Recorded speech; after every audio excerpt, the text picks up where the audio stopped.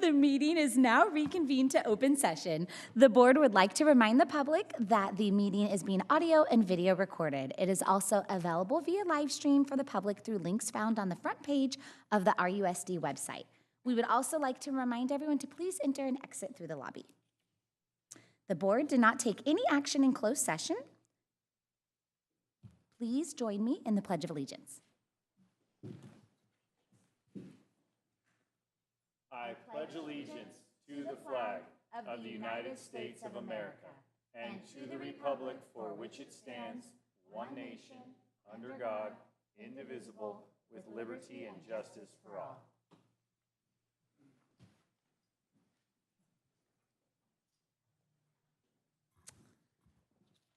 Thank you. We will now move to item 5.1, and I will invite Dr. Tony Limoges, Associate Superintendent of Human Resources, to introduce our Granite Oaks Middle School Assistant Principal. Thank you, President Sadoff. Good evening, trustees, Superintendent Stock, Ms. Georgia. I have the pleasure today of introducing the new .5 halftime Granite Oaks Assistant Principal, Ms. Maureen Duffy. Come on down. Congratulations. I am going to say some nice things about her to start it, and then we'll turn it over to her. Maureen has had over 23 years of experience in secondary public education. She has served in roles as both a teacher and administrator, including educational specialist, English and special education teacher, department head, 9th grade English, and ELD teacher. Maureen has recently served as program specialist 2 for RUSD since 2022. Our team, including the Granite Oaks, feels she is going to be an amazing addition to the Granite Oaks staff as a .5. Or other .5, she will remain. Special education is delighted to know that they will not lose her, but only some time that they have with her.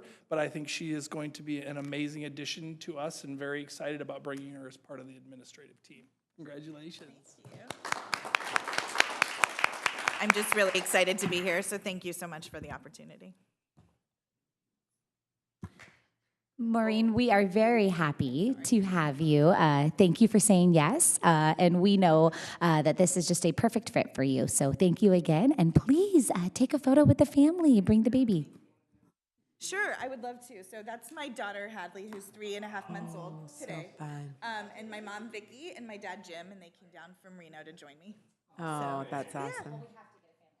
Absolutely. Thank you.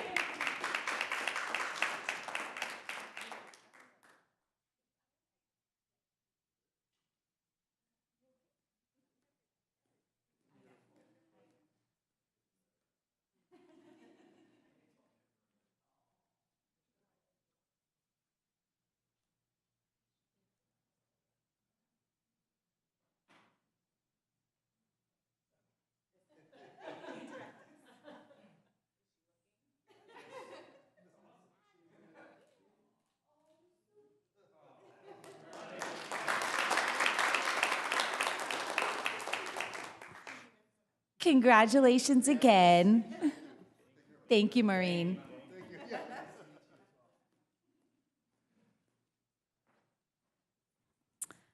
Okay.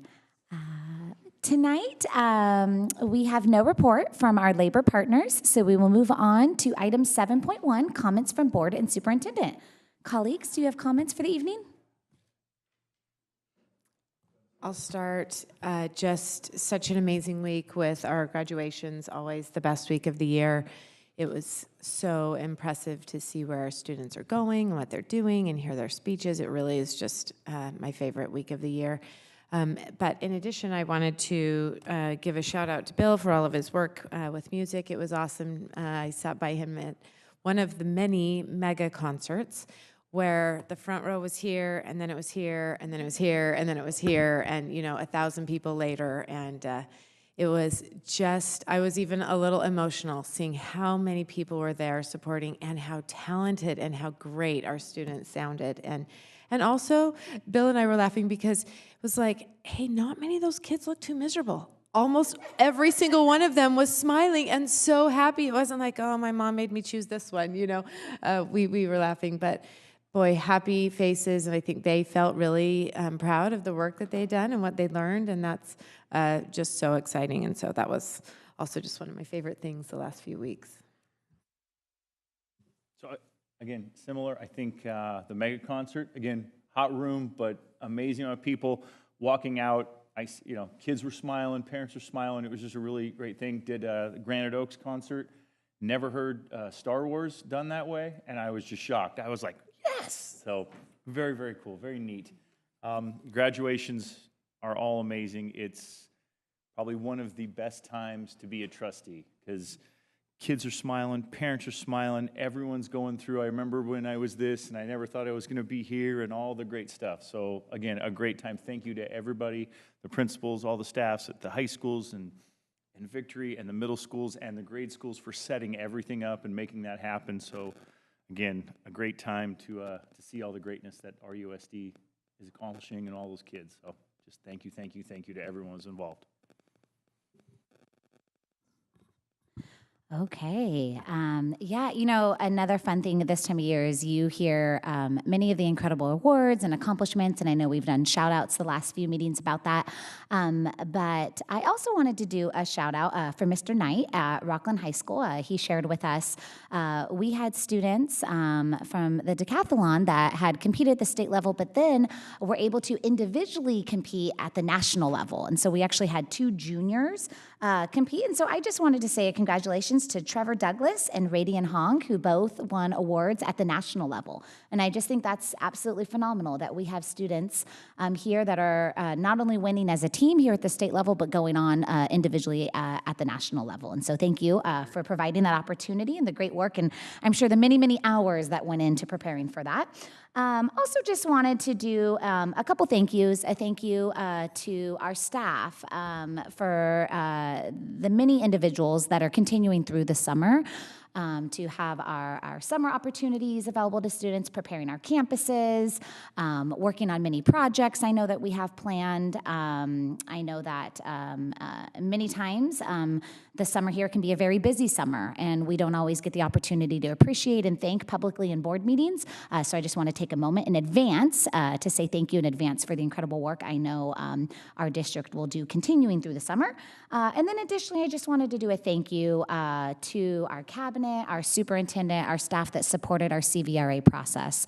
That was not an easy process. I think, even in the beginning, I think our entire board was kind of, not literally, but a little bit kicking and screaming, going, oh man, we got to do this. But I think it was executed in such a way that we were able to really have conversations with each other, with the community, and address concerns and hopes and ideas that were brought into play. And so I just really appreciate our team. I know there were tight windows that we were given because of state law, and that we were able to execute that together as a board with a 5-0. I really vote, I think really shows the ability to work together as a team to, again, make good decisions for our entire district and entire area. So thank you again to our superintendent and our cabinet that assisted to meet those requirements from the state. Superintendent Stock, do you have any comments for the evening? I just appreciate the thanks that you shared for all the things going on this summer and the graduations, and echo that as well. And I would just add to this California Voting Rights Act piece that to congratulate the board that their unanimous vote on May 28th was affirmed by the county committee on Monday when they voted unanimously to approve the trustee area map that the board submitted and the sequencing. So that has been sent on to the Placer County Register of Voters for his use in the November 24 election cycle. So, which concludes our district's role in the process. So good work. And then we do start summer school Monday. So we just ended, it seems like, but we're back at it and making sure that kids get the opportunities they need to continue forward. And we are grateful, as you all said, for the staff working to provide those opportunities. Hey, thank you, Superintendent Stock. Okay, we will now move to item 8.1, our consent calendar. All matters listed under the consent calendar are to be considered routine and will be enacted by one motion followed by a roll call vote.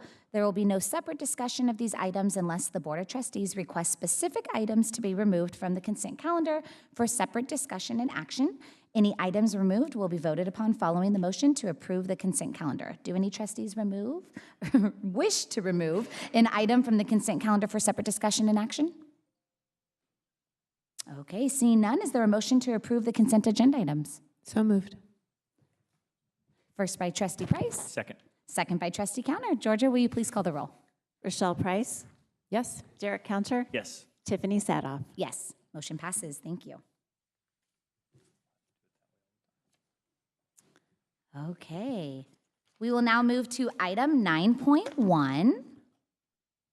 We will be holding a public hearing, but at this time, I would first like to welcome Hannah Anderson, Director of Innovation and School Programs, to review our 2024-2025 Local Control and Accountability Plan. Welcome, Hannah. Thank you. Good evening, President Sadoff, trustees, Superintendent Stock. I am here tonight to present an update on the LCAP for the 24-25 school year and ask for a public hearing. During the presentation, I'll share with you a reminder of the engagement of educational partners and our overarching themes, and then give you an update of our budget summary, our local indicators, as well as our actions and services. Throughout this process, we've had the great opportunity to engage with many of the students, staff, families in our district, as well as at the county office level, and truly hear from our community about what they appreciate about our district, how we're serving students well in our district, and where they may want to see changes for their children or for their students or for themselves. Through this process, we had 4 themes emerge. Many of them are a continuation of the themes that we have had in past years, and some are a slight alteration. We'll continue our work within math achievement, social, emotional, and behavioral supports and services, also making sure that we bring focus, cohesion, and communication about the work that we do, so we're clear with our community and our staff and our students about the great services that are offered on our campuses, and also engage our students in a deeper level of student connectedness and school culture work. That was a major theme that was identified by students, as well as a number of the advisory committees we had working this past year.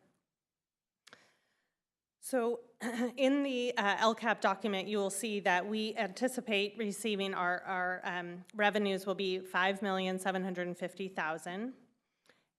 Of that, we also anticipate receiving or having about $450,000 in carryover funding from this year's actions that will move into next year. And one of the requirements of supplemental dollars is that you must budget them at the adopted budget cycle. So unlike other carryover dollars that you will hear about later in the budget cycle, carryover dollars for supplemental funds must be budgeted at the adopted budget and presented within the LCAP. So all of the expenditures that are next year's revenues plus that carryover, totaling that 6.2, a little more, $1 million, those are all budgeted expenditures aligned to the LCAP action items. And the breakdown there you'll see by goal area.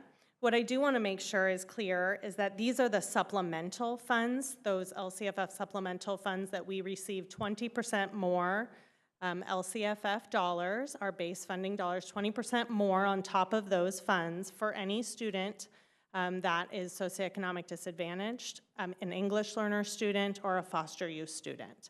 And our socioeconomic disadvantage number includes our students living in homelessness. So those are the funds that we must write to in the LCAP and that our actions must support.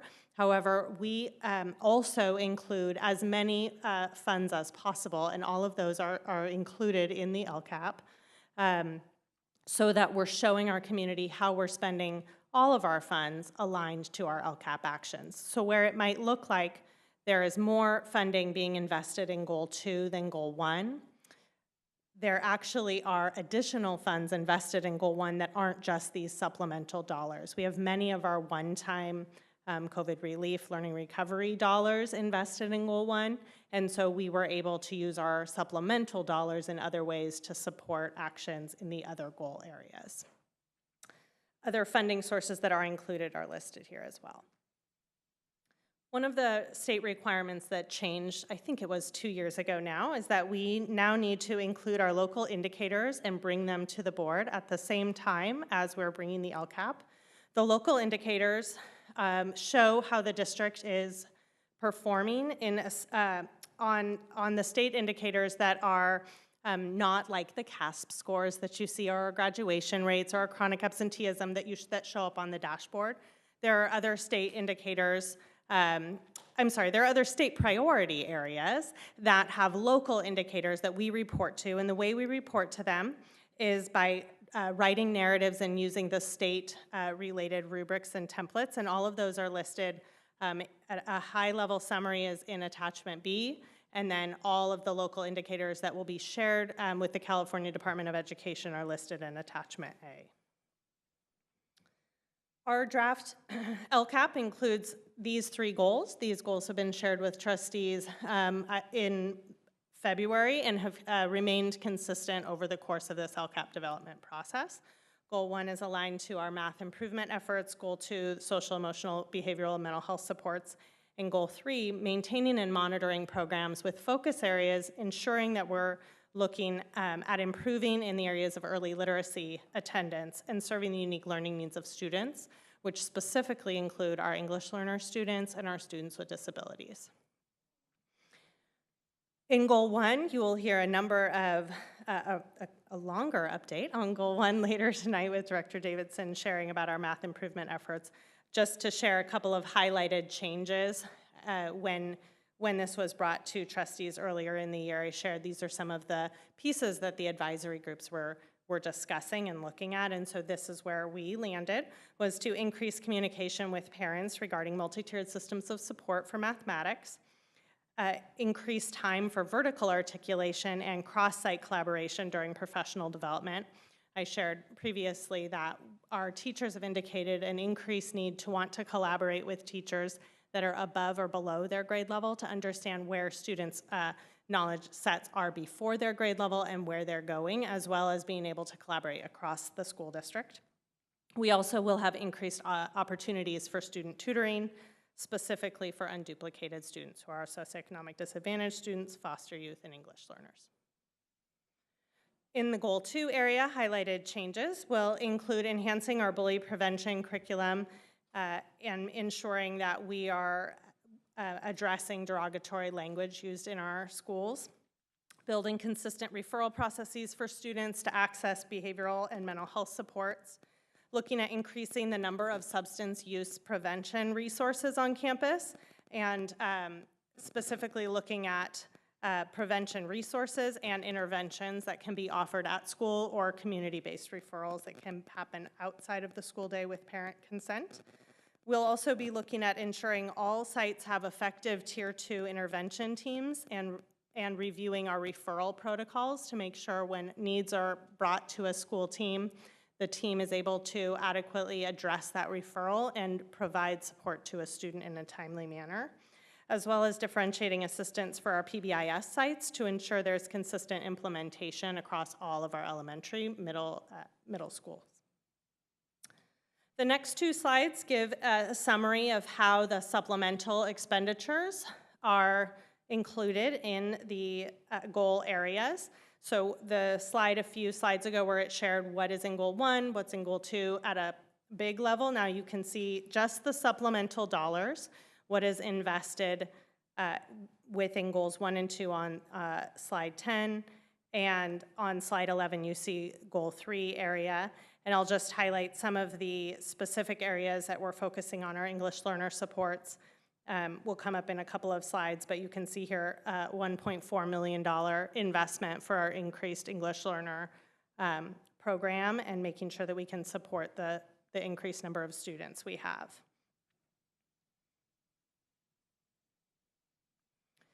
The next few slides share increasing and improving services for English learner students. So there are some actions within the LCAP that are focused only on the unduplicated student groups, and then there are other actions in the LCAP where we are using supplemental funds to provide services for all students. However, we intend that we can prioritize enrollment or increase or improve services specifically for those unduplicated students through the use of implementing that action.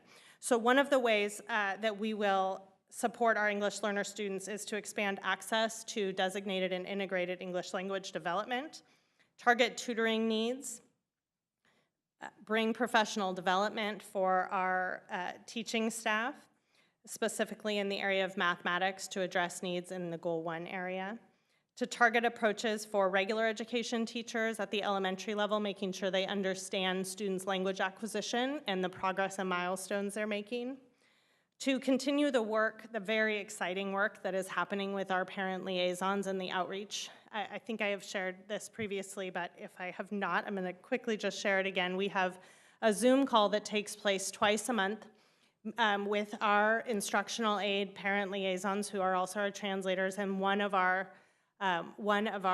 English language development teachers.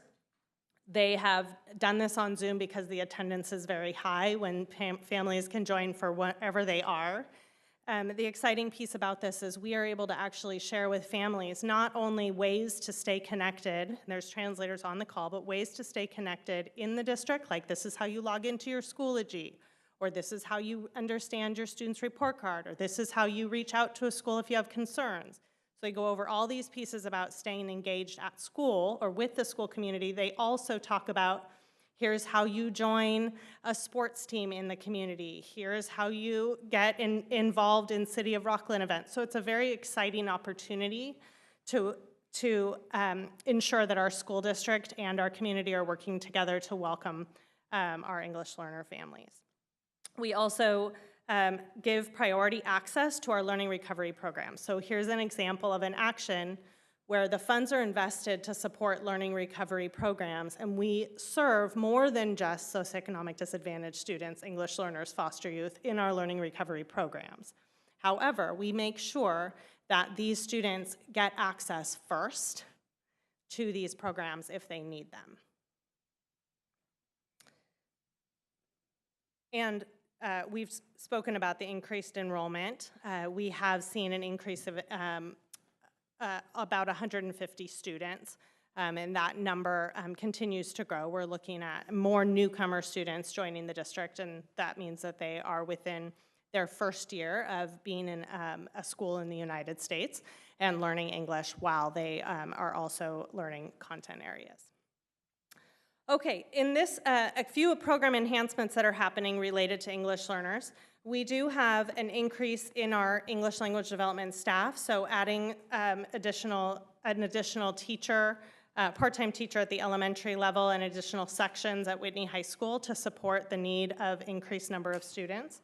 We have increased the trainings that are provided and also trying to meet teachers' needs in the ways that we offer these trainings. For example, Springview Middle School saw a number of needs for English learner students this year, specifically students speaking Russian or Ukrainian, and the teachers requested additional training. However, we were having kind of scheduling can be challenging with that, and our ELD staff was able to meet that need by communicating with the teachers and when do you want to learn, and they were able to come together and devote one Monday a month for a series of trainings after school to give their time and make sure that they were getting the training that they needed to be able to serve the students in their classroom. So it's that balancing of we don't have so many English learner students that we need all of this release time and really to spend a significant number of dollars and change our focus, right? We don't need to do that, but we do need to make sure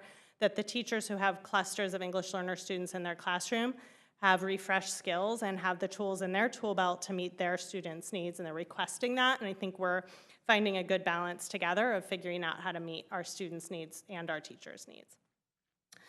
With that, we also just will increase, stay focused on the actions that we have been implementing and just really make sure that we're increasing the level of each one of those as we increase numbers of students.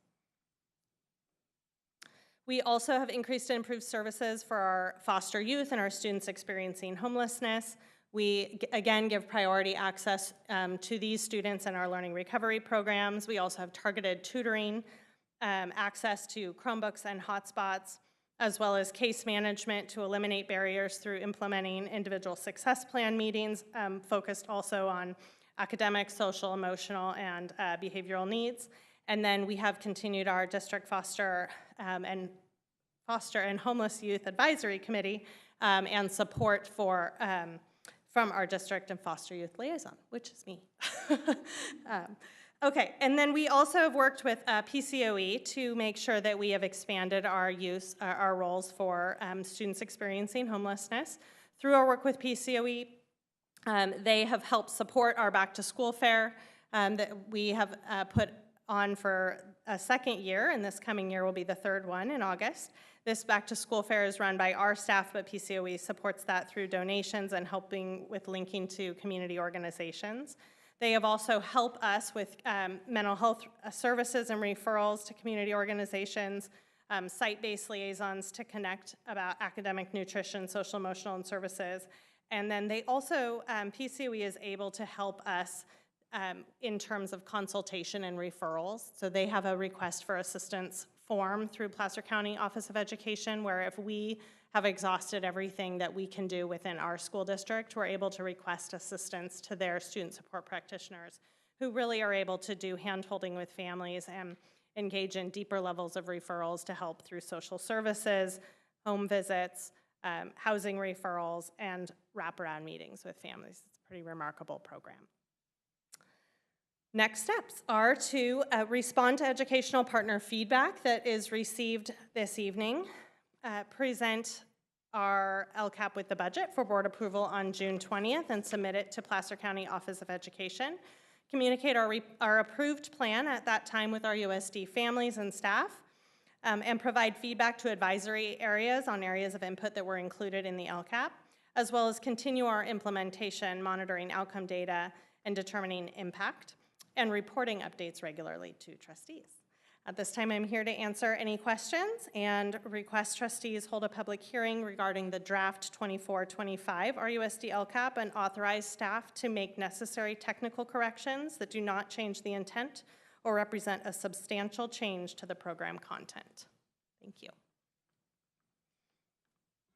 Thank you. Before we go to the public hearing, trustees, do you have questions? I have one, it's just more of just a curiosity. When we build the LCAP, do we reach out to other districts from a PCOE standpoint? Are we kind of working on the same things, or are we not, like, we're doing our things, they're doing is there any collaboration that we could do to just have a different perspective or idea? That's a great question. We all participate together in a state and federal meeting network. So I do have an opportunity to collaborate with colleagues on a monthly basis from surrounding area districts, as well as there's a few of us that have similar sized districts or similar makeup districts that do regularly text and call one another and ask questions about what are you doing for this, or how do you see this, and just specifically trying to find efficiencies on some of the parts of this that can be more compliance driven or procedural to try to make sure that we're able to all focus our efforts and attention on the most important thing, which is programs and services that are serving kids' needs. Yeah, I guess from the bureaucratic process, does PCOE help out with us on, I mean, because I know there's a lot of paperwork, a lot of information. Do they have some templates? Do they have some, hey, as long as this, and this, you're square, or? Yes, they do. I think they do have one of the coordinators there who is specifically in charge of helping us with the LCAP, and if we have questions about how do we do certain parts, or we're able to actually give or get some feedback from her, as well as share things that can then be shared with other districts in the area. So I think that's been a shining bit of information here in Rocklin, is that we are able to share with our surrounding neighbors and colleagues, and feel very proud of the work that we're doing here. So there is a little bit of modesty, so this may shock you, but it won't because of the work. But our LCAP and our process is often a model in this county and is shared widely throughout the county. And so what our community gets, what the board gets, is above and beyond, but that's kind of the standard here in Rocklin, but it is often cited as a model and is shared out as such. And she won't say that, but I will. No. We aren't surprised. Thank you, Superintendent Stock. Thank you for all your efforts. Yeah, Oh, I have a question for you. Thank you for your work on this. And I know towards the beginning you had discussed that there are other dollars outside of LCAP that are utilized but may not be shown here. But I noticed several times throughout the presentation discussion about targeted tutoring. I know we've talked about that in the past, a desire of the board. So I was very happy to see that on multiple slides. But I was wondering, could you talk to me a little bit about that? How we expect to provide that? Is this teachers after hours? Is this contracts with third parties? Mainly because on slide 10, I'm noticing $15,000 assigned to targeted tutoring. Not a bit of money, not a, with the size of our district. So I'm wondering how we plan to execute targeted tutoring for all of these students. Great, thank you very much. Our targeted tutoring efforts that are included in Action 1.6 are very specific to the targeted unduplicated students, specifically targeting foster and homeless youth within that action item. LCAP Action 3.22, it's the second to last action, if I can look at my papers here. Okay, 3.20. I should have just gone with what was in my head. That is our action on the Expanded Learning Opportunities Program, which are funding that we receive from the state that allow for us to do tutoring in after-school programs. So if we have tutoring needs for students that are in high-need socioeconomic disadvantage situations or are many of our English learner students, we're able to utilize these other categorically funded dollars to support our tutoring efforts. As far as the tutoring programs go, our coordinator of expanded learning, Katie Tweltridge, she'll be transitioning into an assistant principal role next year. She's passing that off to Nell Hildebrand, who's our other coordinator this year. She has gathered a number of options that we can look at for our tutoring services, everything from scaling up the teaching option that we have this year and just doing some different types of marketing and communicating about that opportunity for teachers to tutor students in their classroom or classified staff to tutor students on their campuses. We also are going to explore a few in-school options that could take place during our learning recovery kind of walk to learn model, where students could receive that one-on-one or two-on-one tutoring during the school day, as well as some other virtual-based options that are slightly different than what we tried a few years ago that wasn't successful. So we're gonna try to look at, okay, let's not just try one thing, let's look and try maybe 3 or 4 things at a smaller scale, which one starts taking on some traction, and then scale that up during the year next year, because we don't wanna have a whole nother year go by where we're not having these tutoring programs be successful. Great, thank you. I know many of these students may not have the opportunities, resources, connections to be able to search out tutoring outside, and I definitely don't want to just put that on all of the current staff, and so I thank you for looking into this to find the best way to accomplish that. One other quick one, I noticed it just caught my eye, otherwise I would have pinged it earlier. Slide 10, school-based therapy, $279,000. Can you talk about, is this staff or is this a program? That school-based therapy is through our third-party contractor, Wellness Together, and those contracts will be coming before the board next week, the Thursday evening board meeting, and that one is specific to the secondary schools, where we have a school-based mental health specialist working at both of our comprehensive high schools and both of our middle schools. Okay, but those dollars, that's specifically for Wellness Together? Correct. Perfect, great. Can I ask a question about that? How does that person go down to Victory High School? Do they spend any of their time there as well? Great question. We used to have a school-based therapist at Victory High School, and then we didn't have a 5th day at our other, so there was only 4 days of service at our middle schools and high schools. And then what we were able to do, Placer County Office of Education has a grant-funded mental health specialist who's a full licensed clinician who works at Victory High School full-time. So instead of them having a full-time mental health specialist and a 2-day-a-week mental health specialist, we've moved those 2 days a week of the Wellness Together program to one day to Rocklin High and 1 day to Whitney High, to make sure our comprehensive high schools have someone 5 days a week, and Victory High School has someone 5 days a week. Great, thank you.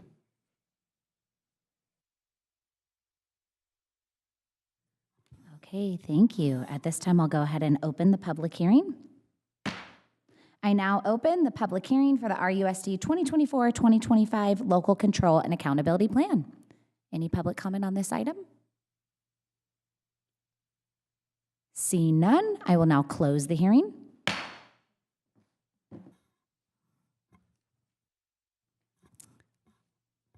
Trustees, any additional thoughts or comments before we move to the next item? Okay, thank you very much for your presentation. Okay, at this time, we will now go to item 9.2, where we will hold another public hearing.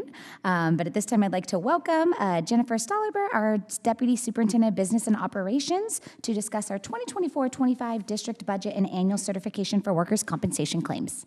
Good evening, President Satoff, Trustees, Superintendent Stock, Ms. Navarre, and Mr. Dajin, Sandeep. Okay.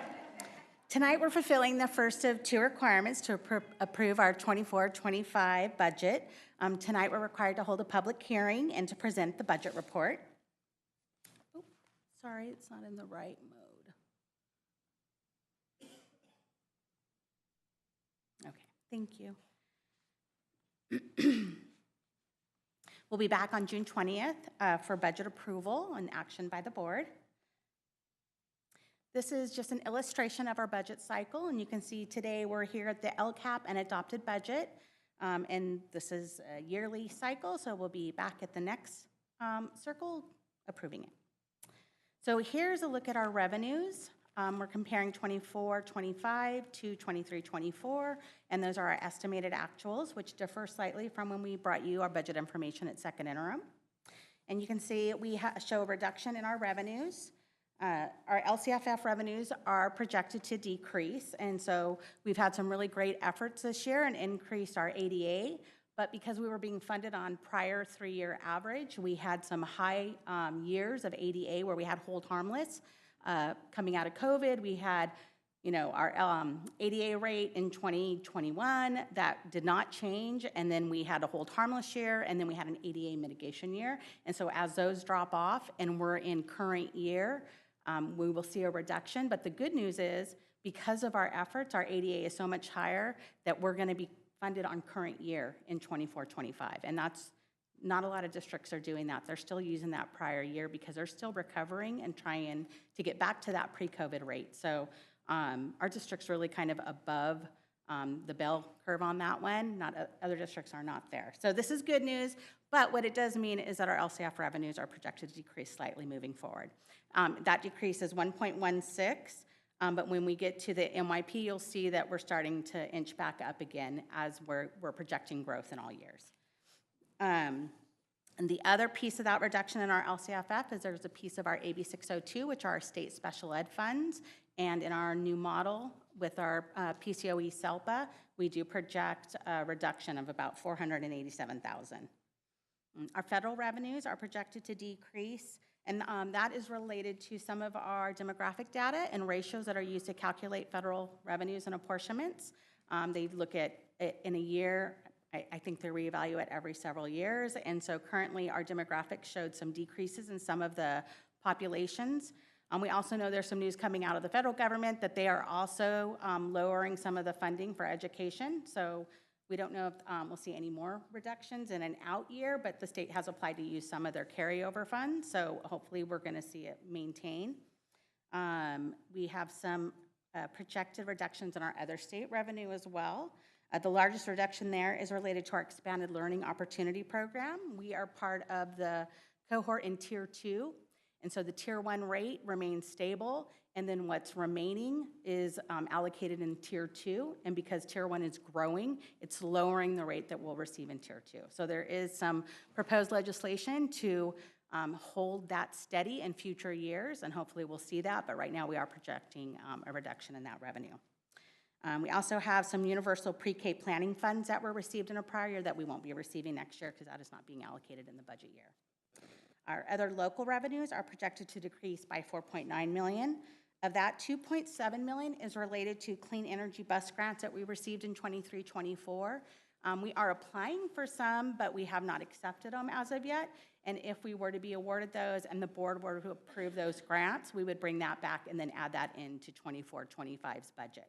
But at this time, that 2.7 million is removed.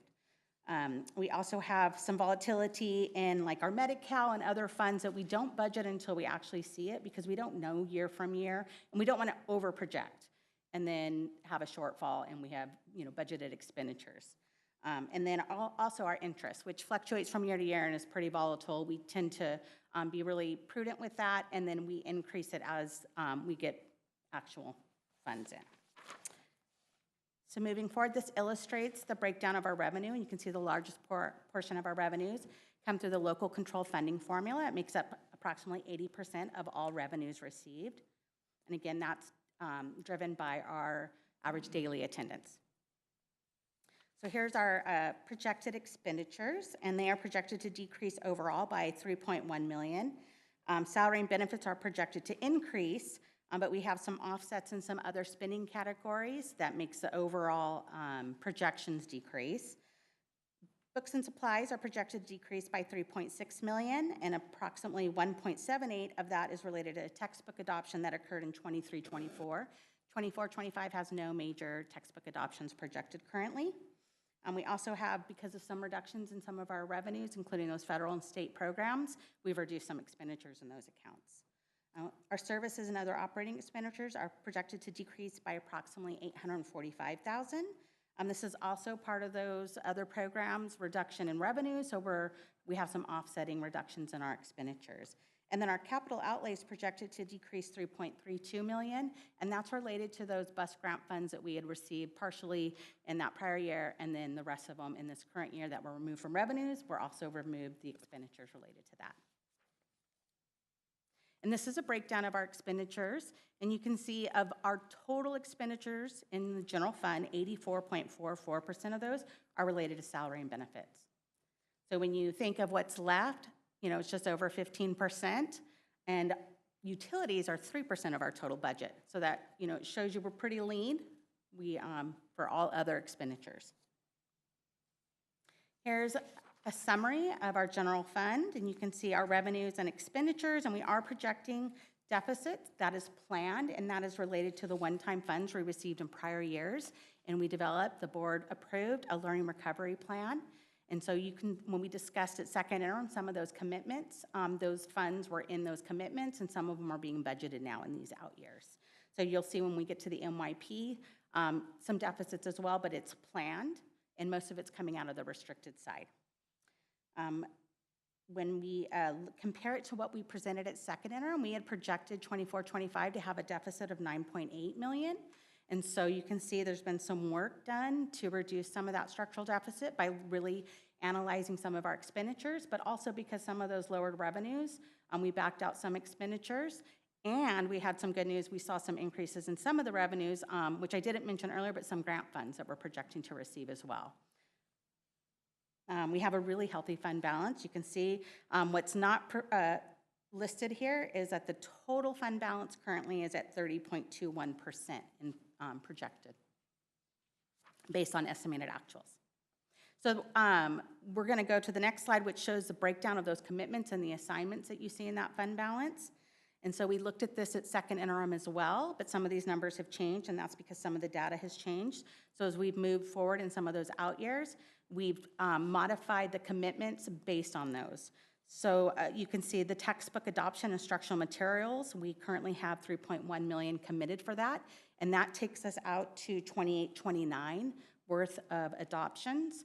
We have none of those in the current year, as we've already discussed, but that difference that we're committing of fund balance is what the textbook adoptions are projected to cost above and beyond the restricted lottery funds, which is what we use for textbook adoptions. Otherwise, we receive no funds that's specifically for textbooks. We have some other learning recovery program. You can see that. The commitment in 23-24 is to 3.8 million, and then you can see it dropped to 2.8, and that's because we've budgeted $1 million for those expenditures. It's the same with technology. And then we've also included 1.5 million in one-on-one student device refresh. That doesn't necessarily go into budget, but we have committed it because we know we have some devices that were bought when we received some one-time funds during COVID.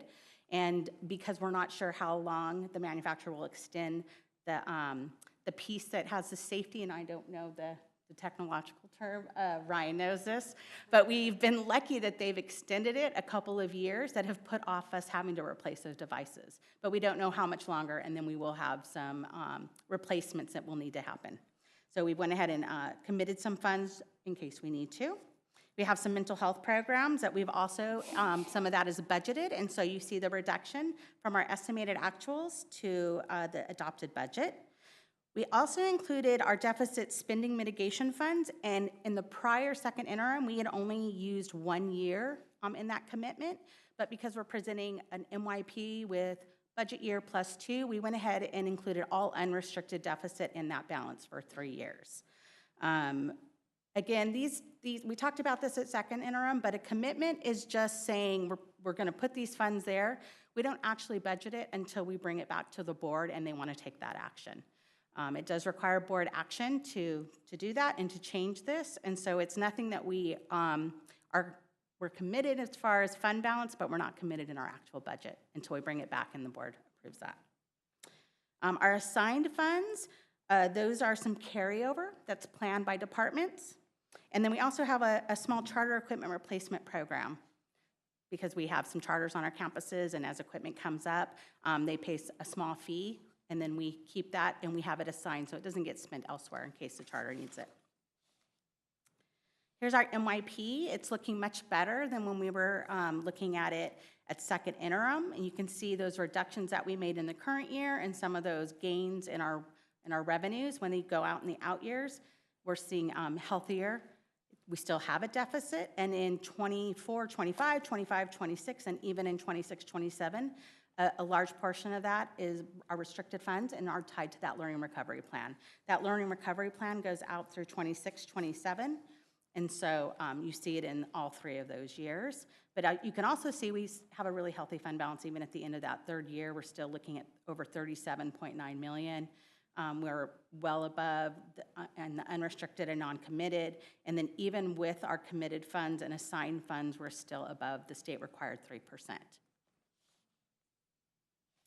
These are the planning factors that we used, and a lot of these are taken from the School Services of California dartboard, and they get these numbers from LAO, Legislative Analyst's Office, and Department of Finance. We also have some information in here related to the ADA rate that we're using and the funded ADA rate. We're currently projecting a 95.5, which is what we hit this year, which was really amazing. It was a 2% gain in 1 year. But pre-COVID, we were at 96.5. So we're still working towards getting back to that. We also left our numbers flat in our projected enrollment, even though our demographer report showed us taking some dips, and that's because we saw a large gain this year above what the demographer had planned, and we believe we're going to see some more. We're seeing a lot of numbers come in on our TK, and then we also know we have some apartments that have come in near Whitney that we're seeing younger grades come in than were originally projected, and so we think we're going to see some additional growth. But we did leave it flat because we're not sure until they actually show up if they're going to be there, and we don't want to be over-optimistic and then make plans and then not have those revenues. So we update these when we come back at first interim and second interim based on what we're seeing. And Board, we track enrollment weekly during the summer to make sure we have enough staffing and pieces available, and so we can make adjustments. We don't just like hope and check the first day. So we do monitor that throughout the summer. And this is a summary of activity in our other funds, and we have a couple that reflect some deficit. Most of those are tied to funds that do not have revenue streams outside of interest earnings, other than our capital facilities fund. We do receive developer fee funds in that Fund 25, but those funds have been reducing year over year, and that is related to Rocklin being built out, and so we're not seeing as many developer fees come in. But we do have some planned expenditures tied to our capital facility program that are budgeted. And so you're going to see that deficit because this is part of the fund that we're using when we projected that $58 million. So our next steps, we're going to monitor those negotiations, which I think I've seen some emails come out that it looks like they are pretty close to coming out with a budget, although they're also stating that we won't have all the final details because they're going to include that in trailer bill language that'll come out probably in July, August, and maybe even as late as September. But we will be keeping an eye on that and then await the release of the 24-25 state budget by June 15th. Attend the school finance conference held by School Services of California. We're going to work on building efficiencies, monitor costs, and our one-time funds.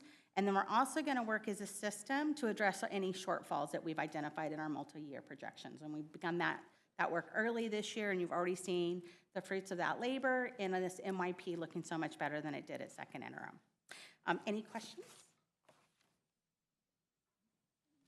Yeah, I think it's slide 4. We talked about having a good ADA number, and thank you, that's great. Where, if the revenue is 169.8 million and the expenses 176.5, that's a $6.5 million gap. Is that just all state and federal money not coming in as planned? It's a large part of it is related to the planned expenditures of those one-time funds, the learning recovery and the art and music instructional material. Those revenues came in prior years, but we have the ability to spend them over multiple years, and that's what that learning recovery plan included, was spending down those funds. Those are restricted funds, so it's planned deficit spending. It's not structural, but what is structural is the piece that's in the unrestricted budget. And so the unrestricted budget is projected to have a deficit of just over $1 million.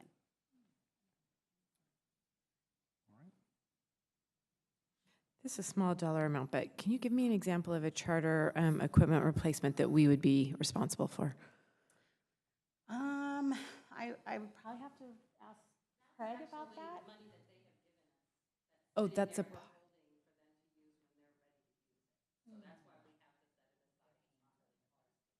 Okay. And it's part of our Prop 39 requirement with charter facilities and equipment, where the state law requires that we match them in kind, if you will, for a portion of our students that are enrolled in the charter schools, that we make that provision. And in some of the arrangements with our MOUs is they make annual contributions to that so that we can draw on it for maintenance and other things as needed versus have to wait to go back, give them a bill so that they put in, we invoice to show the expenditure down.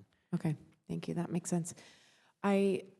I really appreciate you it's great to have a new person, right? Because a new person comes in with a fresh set of eyes. So I really appreciate all the work that you have done analyzing expenditures. It's been great to see all of the board communication we've got. Hey, we're gonna make some changes here. We found a place to save some dollars, so thank you for all of that.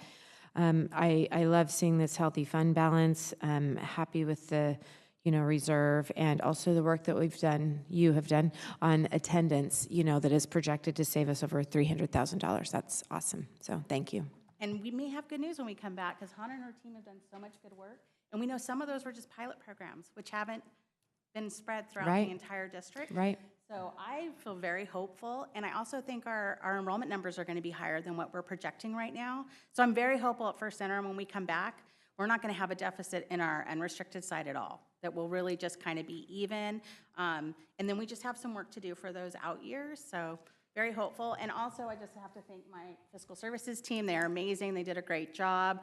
With new eyes comes new ideas. True. And so they've been really flexible with, being adaptive to my new ideas on how we do things and how we look at it and how we analyze the numbers. I love it. They've been amazing. And we are planning in August kind of our pre-back to school kickoff. We're going to do a whole report on our attendance work and the outcomes of that for the board. We saw a preview of that with our committee. So, because we really want to emphasize that because it is so powerful for our children, and it is also for our bottom line as well. And so we'll make sure the board and the community gets a chance to see all of that work and the impact of it. Thank you for speaking to the deficit. I don't think a budget presentation has gone by over the last few years where we haven't discussed deficit spending, right? Because the reality is it does happen. But what I get really concerned about is a structural deficit, like you spoke to, that there is a difference, right? There's a planned because of really the flow of the dollars and when they're hitting and when those expenditures hit. It's those structural deficits, the unrestricted dollars, that's where I get a little nervous. So thank you for speaking to that. 1 million of 170 million, like I understand that's great work you have done there. 1 million isn't pocket change either. But in the scheme of things, thank you. Thank you for also looking at, compared to our previous look when we talked about the budget. You've worked hard to really address that deficit, and thank you for coming tonight to explain that deficit so our community knows. I did have one question, one item that caught my eye on slide 9. The special ed hard to fill mandated positions. We didn't have an estimated actual last year or this past year, but are having to commit some dollars there. I'm guessing why. I know the issue we're having a little bit, but can you speak to that just for clarification? Yes, so we have seen a very large increase over the last several years in our special ed population. From 21-22 to 22-23, we saw an increase of over 170. From 22-23 to 23-24, we saw an increase of over 120. And so those are huge increases in our population, and some of those students come with very specific items in those IEPs, like 101s, speech and language pathologists, things that are really positions that are hard to fill. And so when we have to go out and contract for those services, we're paying well beyond what we would typically pay when it's a salaried employee. And because it's so unknown, I felt like it was really prudent to commit some dollars. And I spoke to Superintendent Stock, and we really were thoughtful about, what's a number, a range that won't be overstating, but is kind of in line with what we've been seeing. So we saw an increase just in our projections based on our counts of 4.3 million in our overall budget for special ed. So the 1 million felt like that makes sense for how big that budget is. Thank you for clarifying. Yeah, slide 9 is really helpful because right, we're looking at, here's the estimate actuals, and then here's what we're looking at for the next year. So because of such the change, the jump on there, I wanted to speak to that, but thank you. That makes complete sense for me. Any other questions or comments from the board? Okay, then we will officially open a public hearing. I now open the public hearing for the 2024-25 district budget and annual certification for workers' compensation claims. Any public comment? Seeing no public comment on this item, I will now close the public hearing. Thank you again for your presentation. Any final thoughts or questions from the board? Okay, thank you again for your presentation. Thank you. Okay. We will now move on to item 10.1, our math improvement update information item. I'd like to welcome Beth Davidson, our Director of Academic Improvement in MTSS.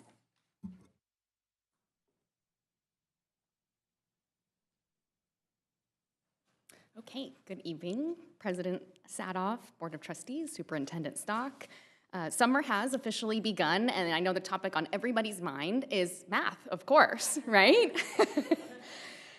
In all seriousness, I'm very pleased to be here this evening to share some of our great work around math improvement and a reminder about what our goals are and some of the amazing progress that our students are making due to our phenomenal staff and some of the supports and strategies that we have in place, as well as sharing the next steps in our math improvement journey.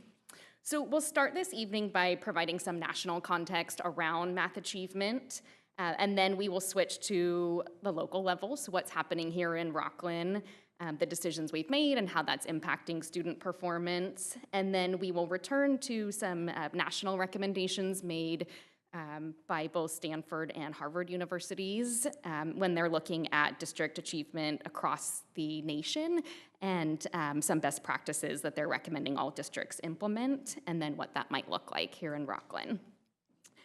So at the national level, so the Educational Opportunity Project is a joint effort between Stanford and Harvard universities and was published in 2023. Their findings at a national level for math achievement show that on average, the average student, so the study included 30 different states, including California, lost approximately half a grade level in terms of math achievement from 2019 to 2022. We didn't see increases on average at the national level until last year, where students made some gains but have not returned to pre-COVID levels.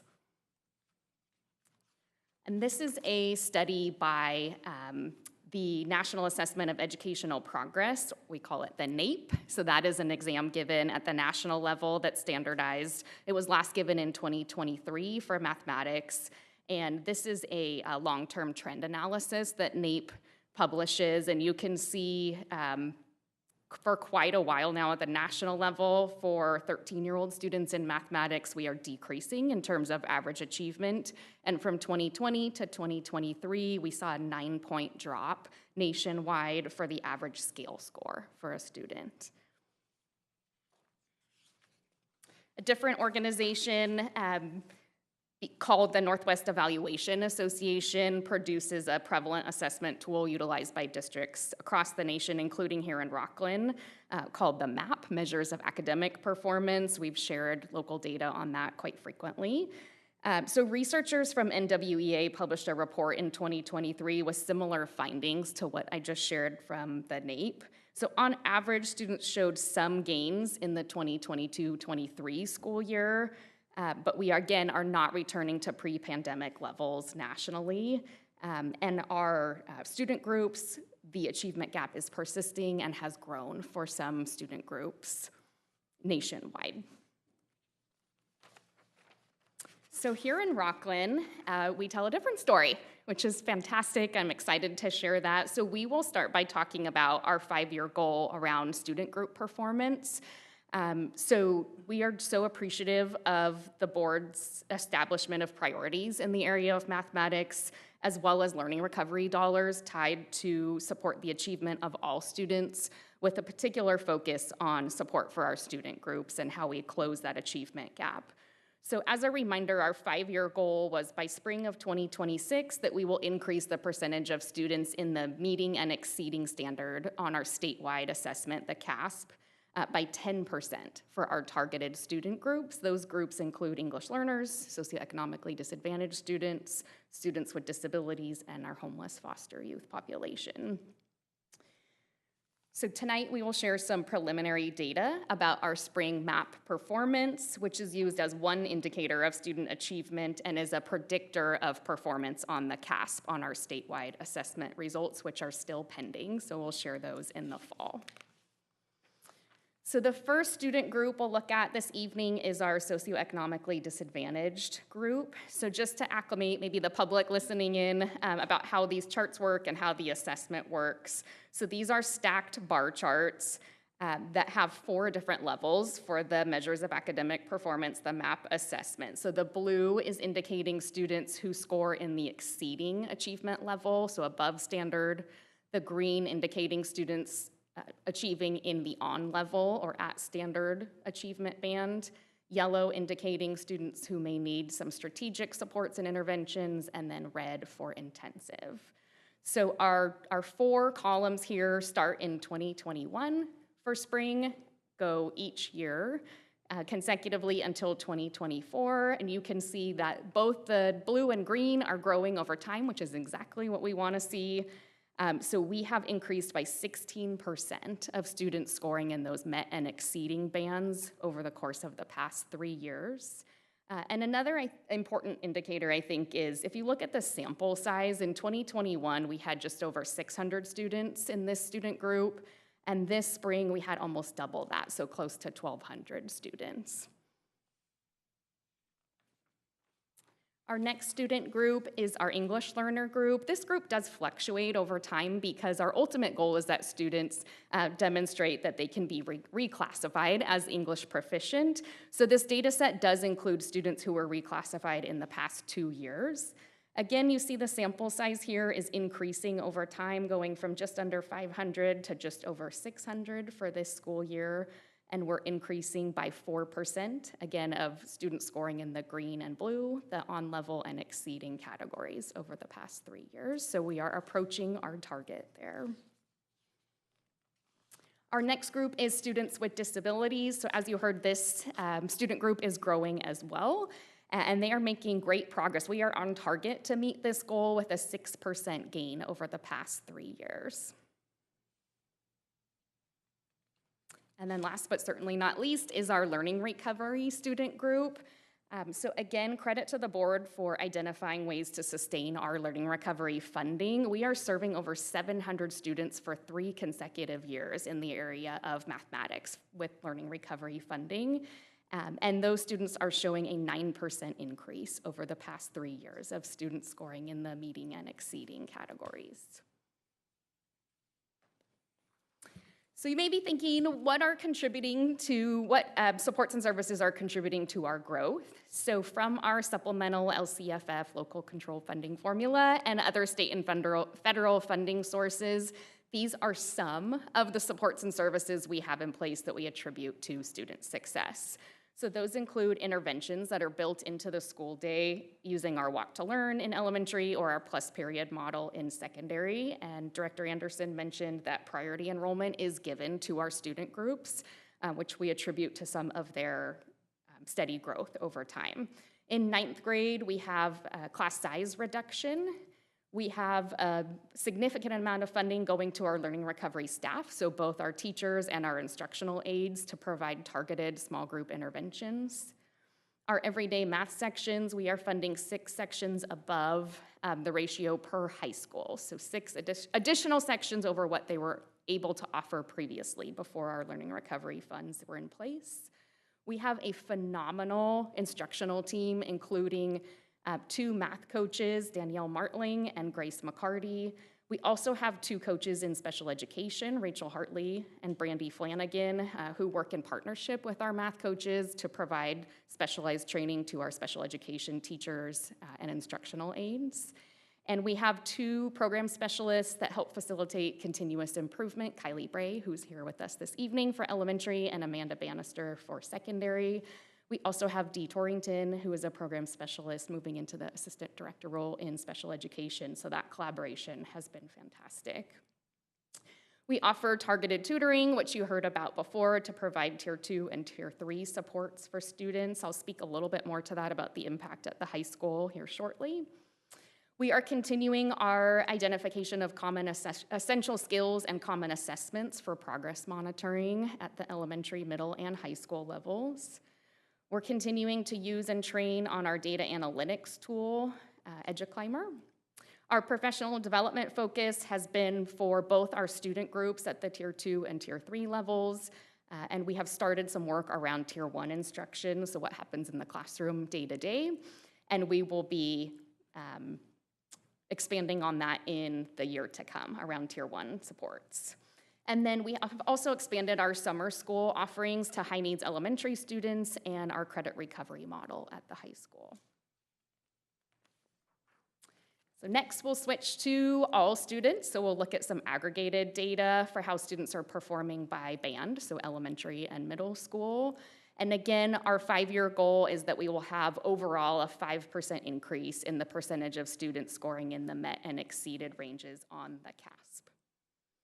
So the data we'll be sharing here, again, is from our measures of academic performance, the MAP assessment, which is used as an indicator for our performance on the CASP, on our statewide testing.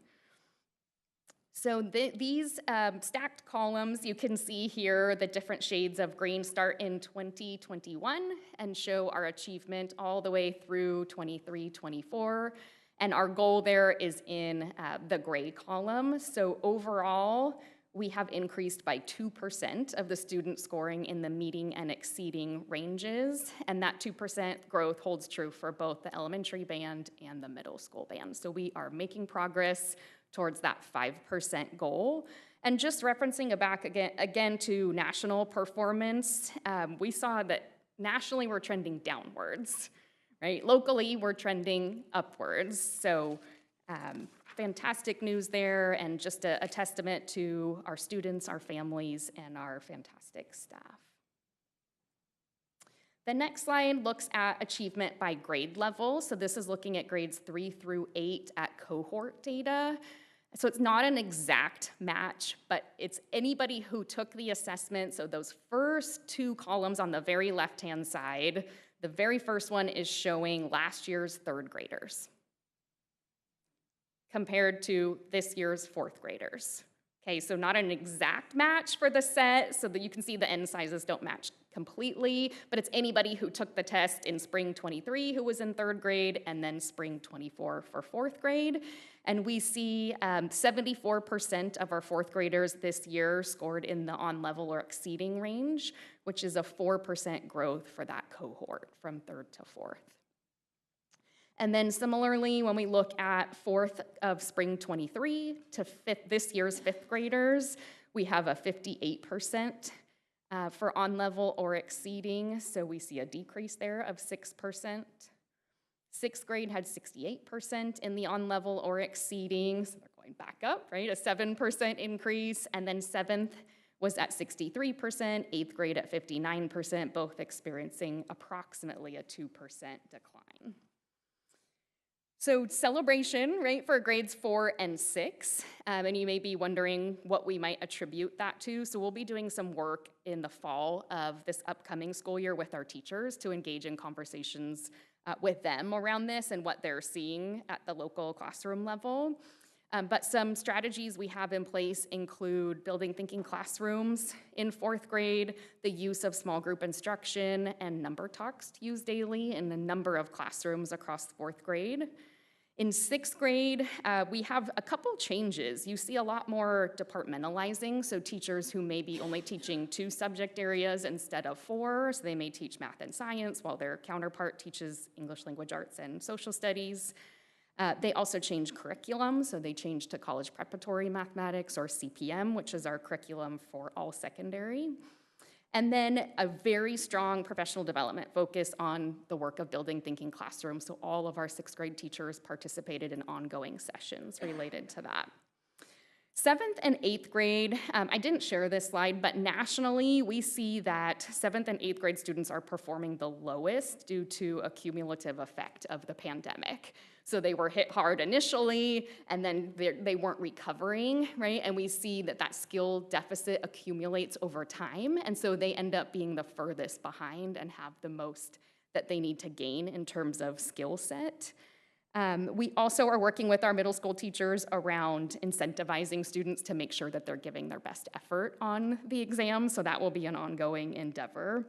And then fifth grade is a little bit of a wondering. So this is relatively true statewide and nationally, that fifth grade is a challenge. There is a very heavy emphasis on operations with fractions, and it relies very heavily on a strong conceptual understanding, so that foundation from third and fourth and even second grade in order to access grade level content. So you see a pretty big jump in the level of rigor in fifth grade.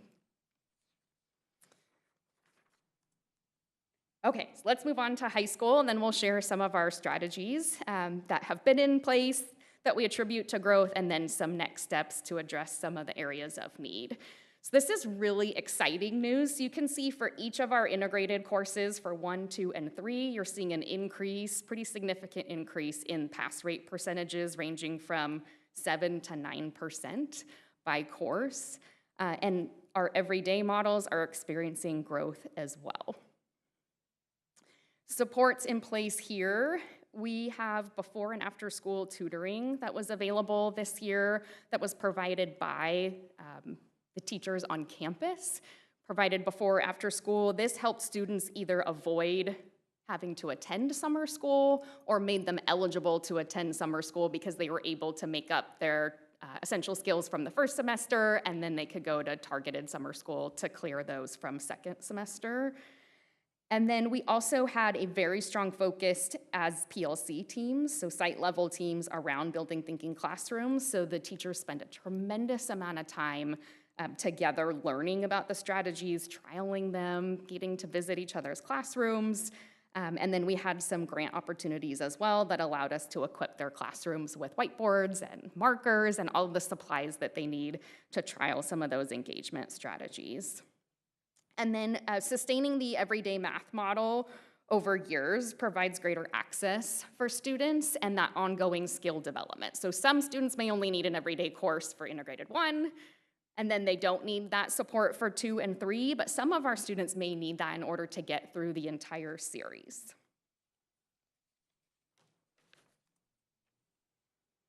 So this chart is showing our 5-year goal. So just as a reminder, each of the integrated courses has a different goal related to the pass rate because they serve a different population of students.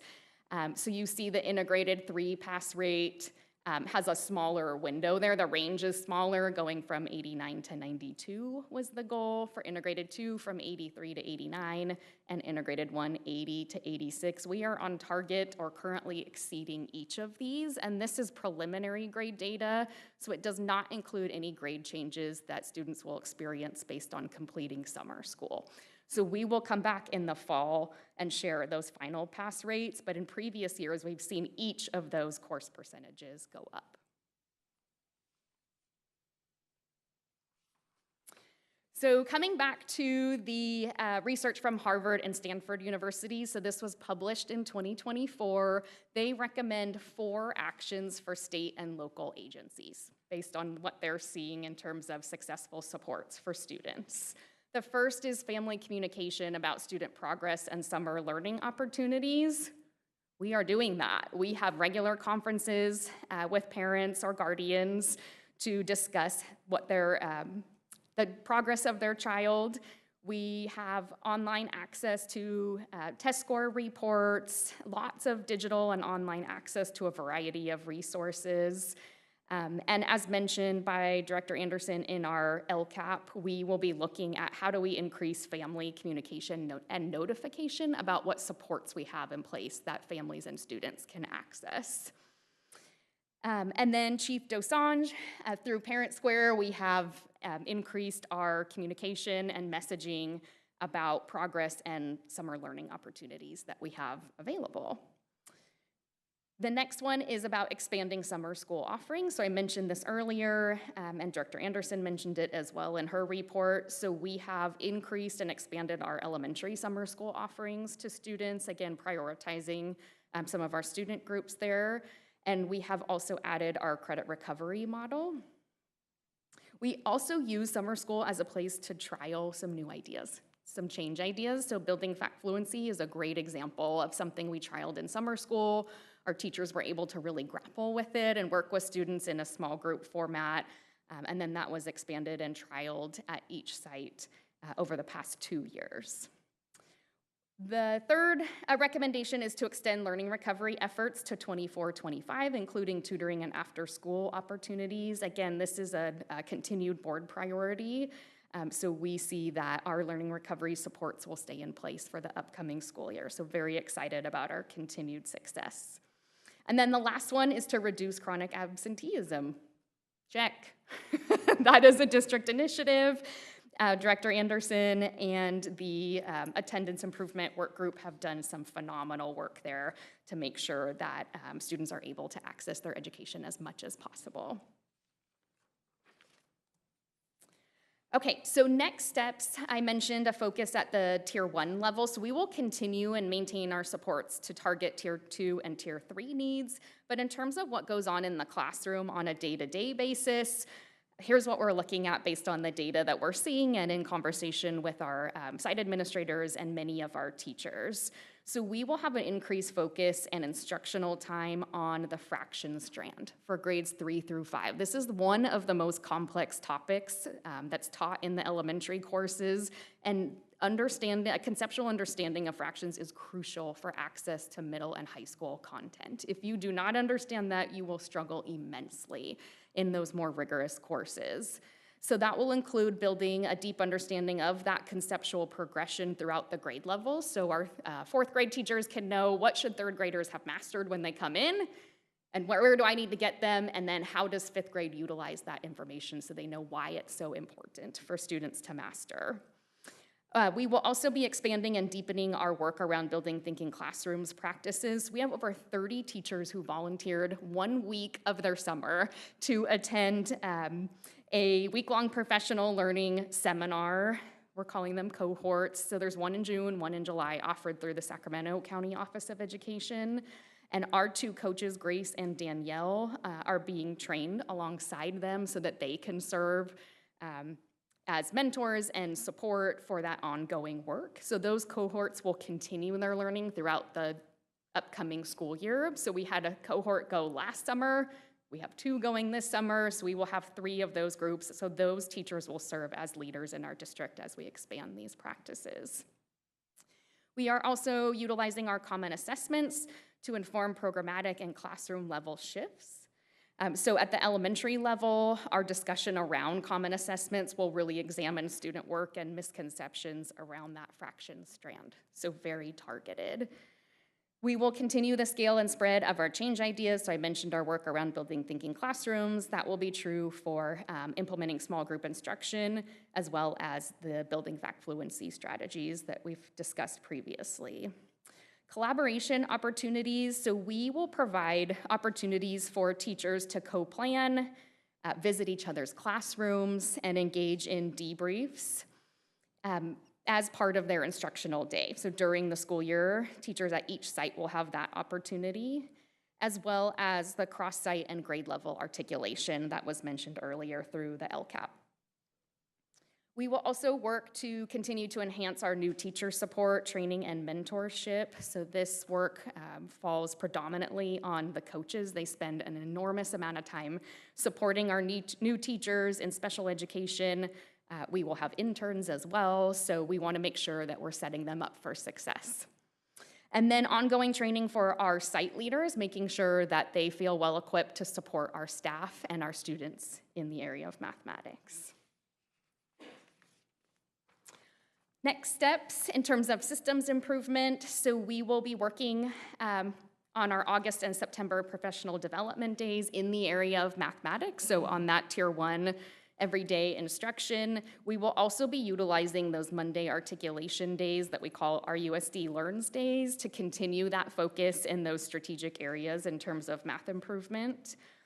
Ed Services will monitor and support change idea implementation, providing feedback and receiving feedback from our teachers about the professional learning opportunities and making adjustments along the way to best serve them and our students. And then, of course, we'll report our statewide accountability results from the CASP and our final pass rate data after summer school in the fall of 2024 to our Board of Trustees. Thank you. So I'm going to have you jump back to slides, and this is all super positive. So I just want to say, back in 2021, when we sat down and we created some metrics around one goal and one process, so it was a bit crazy from continuous improvement, and like, well, we could probably do this, and we could look at this, and let's not be too aggressive, but let's, be aggressive with goals and strategies. I just want to say thank you to yourself, thank you to your team, thank you to the math teachers, the math programs, the elementary school teachers, everyone, those different learning groups that we had in the back that came in and explained all the different ways they were doing different things at elementary school, at middle school, high school. Thank you to having metrics and showing continuous improvement over time. So thank you, thank you, thank you. I want to point out, and this is all super good, can you go to slide 7, which is amazing, just from a metric standpoint. So you had roughly an 82% increase in your number of students in that category, and you also increased 16%, so we got better with a higher population. So it wasn't like, hey, there's less kids, we did better. We did better with more kids and more, so amazing, thank you, thank you. And we'll just keep going through the slides because this is great stuff. 22% increase on the next one for English learners, and we were a 4% increase. So again, higher population and more improvement. The next slide says the same thing. We were 20% increase in the population of children with students with disabilities, and we had a 6% increase. And then the final one, which is amazing, so students in learning recovery. We were coming out of COVID. Everyone had challenges. We didn't know what to do. We had 1,000 different ideas and different perspectives, and we were just yes, yes, yes to everything. And again, so you had a decrease, almost like a 10, 11% decrease in the students that are in those groups, but yet we're increasing, and we got, we're getting better, and we're decreasing the amount of kids that need those services. So again, this is a great example of PDSA, a great example of yourself and your team and the teachers working together. I mean, I think this is, the educational excellence we always talk about, that this is a great thing that we should be able to show and, pat ourselves on the back that, like, true metrics, we are getting better, we are doing better things. So thank you, thank you, thank you to your team. This is amazing work. Thank you.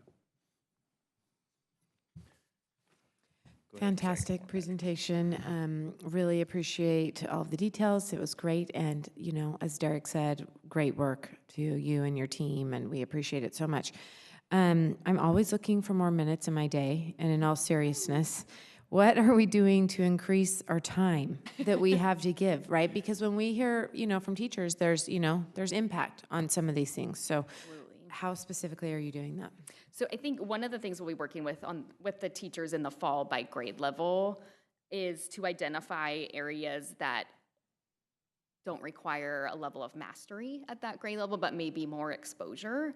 And how can we de-emphasize those areas so that they get picked up with greater intensity in another grade level, I think is one way that we can make space instructionally for that to happen. Great, thanks. Okay, so real quick, sorry. On slide 15, that's the high school pass rate, integrated 1, integrated 2. Does that include middle school? No. Because we do integrate, so that's just Whitney and Rocklin. Correct. Oh, man, that is excellent.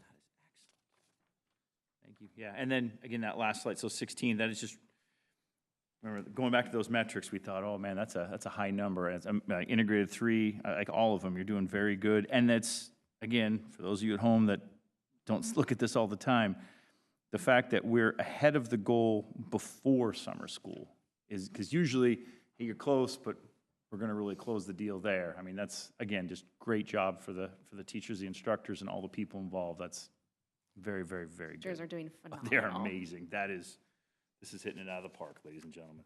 And I'd love to speak to that for a minute, because I believe it was last year, the year before, we were talking about how we really need credit recovery. And although we understand that and we're thankful for the credit recovery options we have, we wanted to be really careful that we weren't depending on that we weren't depending on essentially an extended school year, that we were really, really working hard to really only have credit recovery in those hopefully rare instances where students couldn't complete. And so to see the growth in that, I mean, our data is even showing that we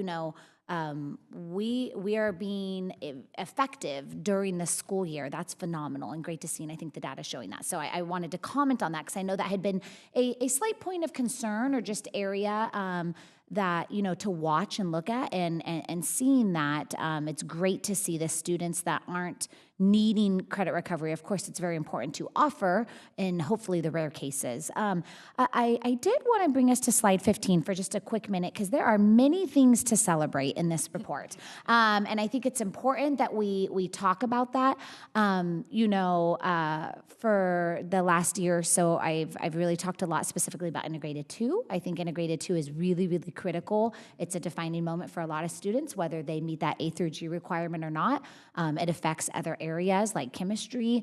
And so I know we had asked for that data in the past of what's holding our students back from being A through G ready. We have phenomenal statewide scores. So for those listening in, I know we are right up there. But for those students that aren't making it, the few students, we found it integrated 2 as part of it. However, we're seeing here incredible growth in integrated 2, right? We're seeing, everyday math, 93%. I mean, before it was 78, and now we're jumping to 93%. That's huge. That's great growth.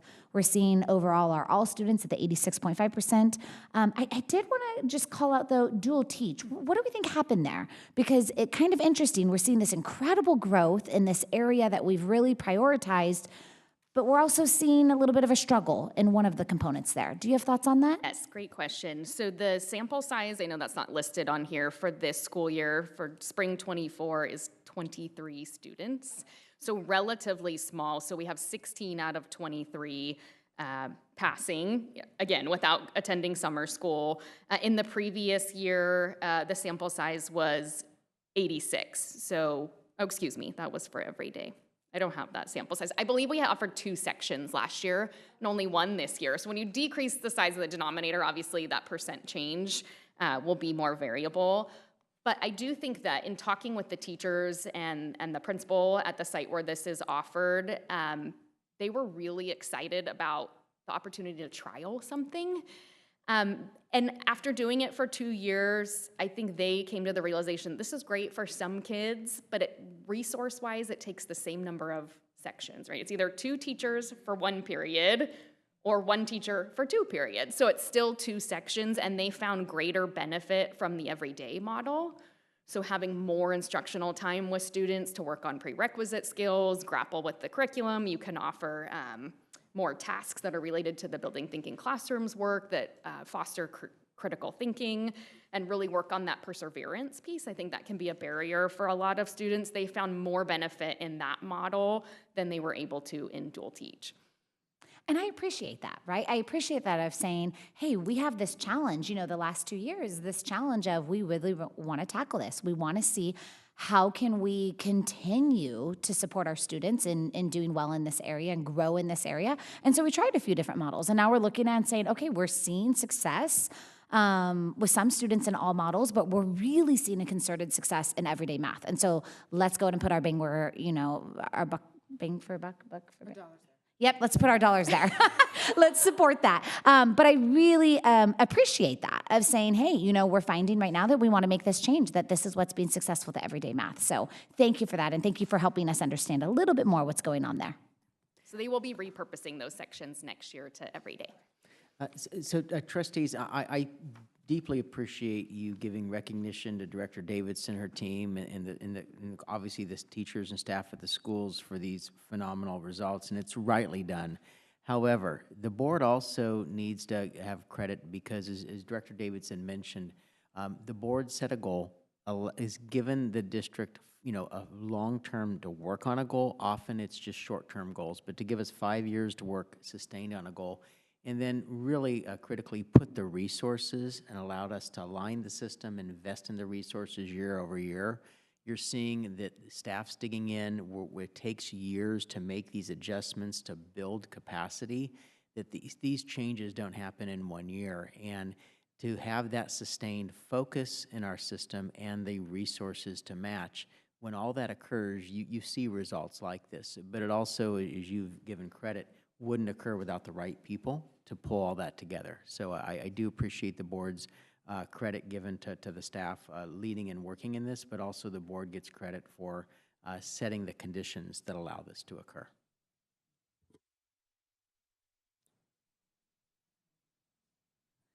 Okay, see no further questions. Thank you so much for your report, and thank you for all the staff here tonight. We really, really appreciate the efforts and the update for the board. Okay, at this time, we will now move into item 11.1, public comment. I hesitate to say this, but I'm seeing no comment cards. Is that correct? Okay, then we will go ahead and continue on through to item 12.1. Trustees, do you have any pending agenda items for us? No? Okay, I did just want to make a note that our next board meeting, we will be holding a board meeting next Thursday, June 20th. I know that we discussed putting out some communication on that to make sure individuals are aware that is an abnormal day for us, but we do have some requirements that we have to fulfill, such as approving our LCAP and taking action on our LCAP and taking action on our budget. And so we will be having a meeting Thursday, June 20th, 6:30 p.m. for the open, 5:30 for the close. But seeing no pending agenda items, then I move to close the meeting. So at, is that 8:12? This board meeting is now adjourned.